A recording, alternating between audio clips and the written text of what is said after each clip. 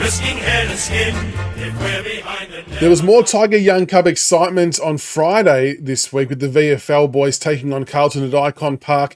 And we ended up getting up by 19 points, which is a really, really good outcome.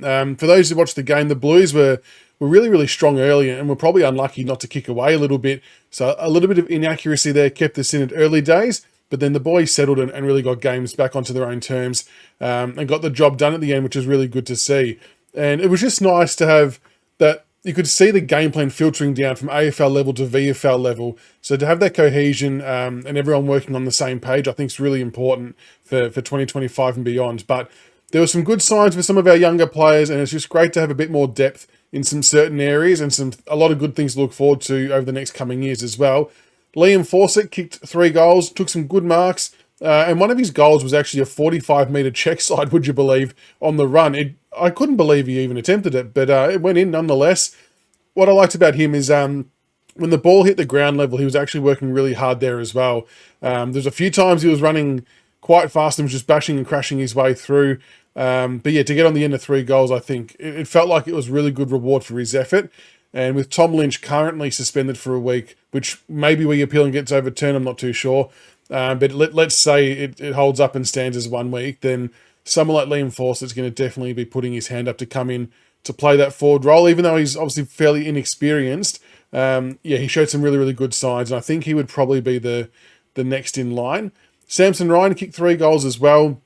It was a really good day for our big forwards, to be honest, who all stood up and took their chances when presented, which is exactly what Jake Batchelor would have been after on game day for sure. So while Ryan kicked 3 goals, I still don't know. I'm not sold on him coming in as a forward. Like, if he's coming in to be a ruckman, if Nank was absent for whatever reason, I'm okay with it. But to be the main forward, I don't know. What makes it confusing is he's probably the next best in terms of experience and exposure if Lynch is out. So on that front, it probably makes a little bit of sense. But I just don't know if his forward craft translates from VFL to AFL level very well. So I'm really, really torn on how that one plays out. Jasper Alger was one who was super impressed me as well. He kicked 2 goals. He could have honestly had 5. I think he missed 2 or 3. He probably had a little bit more time than he thought. But he's going to be a super player. And I know that's a really big call to make very early.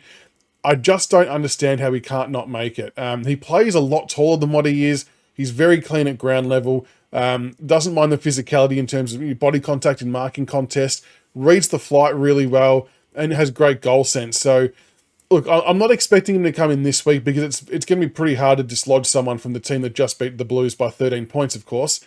But make no mistake, in the first part of the year, he will be bashing the door down if he keeps up performances like that to get a gig in the ones, which is good because you want pressure on the small forwards like Mansell and Seth Campbell, Steely Green, players like that. You want them to be on their toes and to maximise their performance in the seniors each week. And there'll come times where there's some forms fluctuations and there'll be some chopping and changing, which is just how it is. But Alger looks the goods. I really like him. I'm a super fan of his work. And I hope that he can carry that on into round 1 of the VFL this week. Jonty Fall kicked 2 goals, crashing packs, exactly what we knew we were going to get from him. You can understand why the coaches held him back a bit at training when you see how he plays.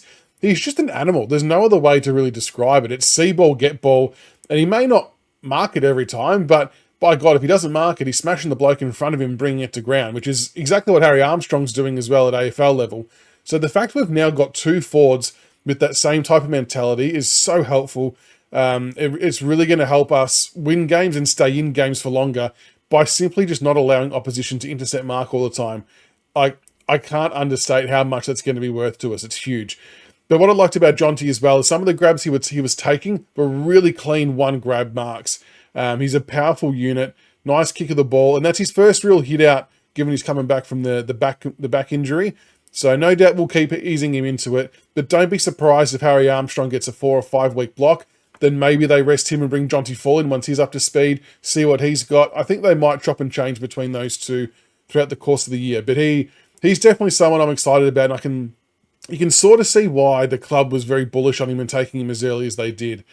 Tom Sims scored a goal. I think he copped a bit of a knock during the game. He seemed okay though, but he was probably one I was looking at to dominate a bit more. I kind of felt like the Jonty Fall and Liam Fawcett dominated in the air a little bit more than Sims. I must admit, I didn't see the last quarter, so I'm not sure if he got more into the game in the back part of it.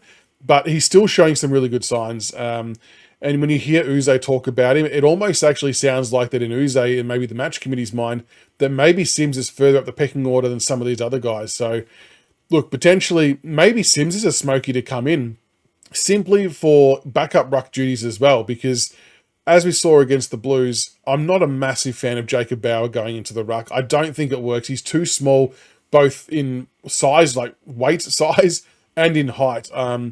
I just can't see how that can be sustainable. But Tom Sims could come in and do that, being a genuine tall guy, 198 centimetres I think he is, and could go down and play forward as well. So it could be a smoky if Lynch is out. We'll have to wait and see. Kay McAuliffe kicked a goal as well. Look, we really want to see him in the AFL team, don't we, at some time soon. But again, it's not going to be at the expense of one of the guys who played on Thursday night. You're not going to be able to drop players like Dow. Ross was almost best on ground. Sonsi played really well coming on a sub. I think you've got to roll that team again unless there's some injury or something like that someone has to come out. But McAuliffe will definitely get his time. I feel like he's going to be one of those players that's far too good for VFL level football, and we just want it to translate to AFL, which I think it will. We just haven't given him the chance to do it for a wide range of reasons. But I know that EJ is all across Kane McAuliffe, and he will get his chance. Matej Kalina played his first game in 900 days, can you believe? He's had some pretty chronic back injuries, and look, without wanting to be or sound disparaging, I think there was a little bit of mismanagement of his injury along the way. And from what I've heard around the traps, he's felt that way as well in the last couple of years. And I'm really glad that we kept him on for another season to get his body right, to give him a fair enough crack at this, because he gave up a basketball career to come and do this. So he played for his first time in 900 days, and he actually looked really, really good in the ruck. And I don't know if people forget or not, but this isn't a foreign game to him. He used to play football as a junior. He was playing at TAC Cup level in under 15s or 16s, I believe.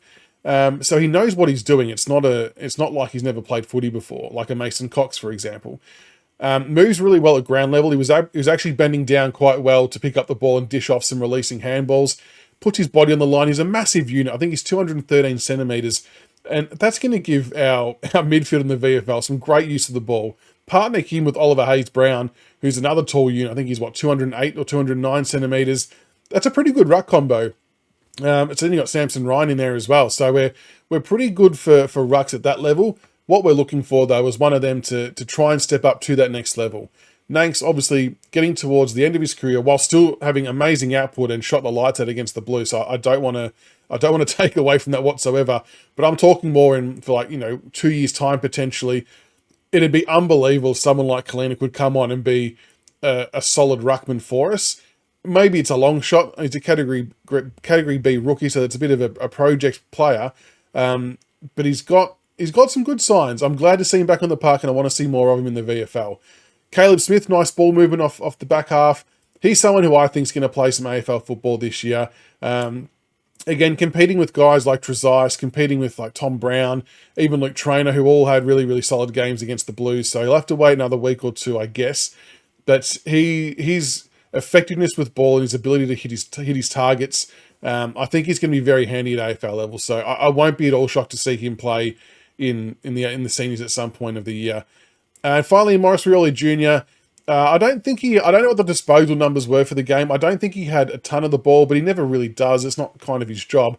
But he did have a lot of dashing and speeding runs through the middle of the ground on turnover. Was hitting some nice short pass targets on forward attacks. So he's doing all the small things well.